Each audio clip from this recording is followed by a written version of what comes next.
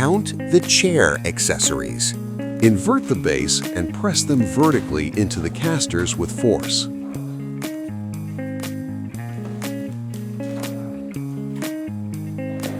Lower the tail of the gas lift and gently place it into the base.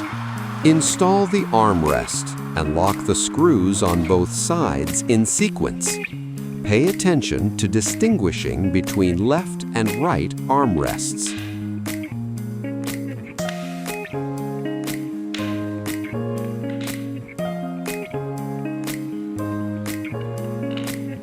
Install the mechanism and lock the 4 screws diagonally in sequence.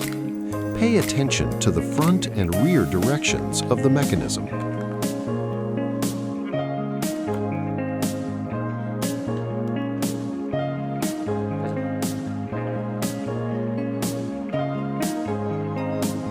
Install the back frame.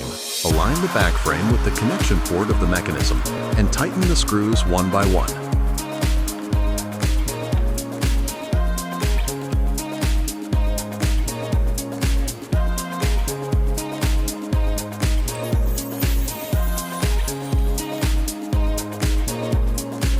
Connect the upper and lower parts of the chair.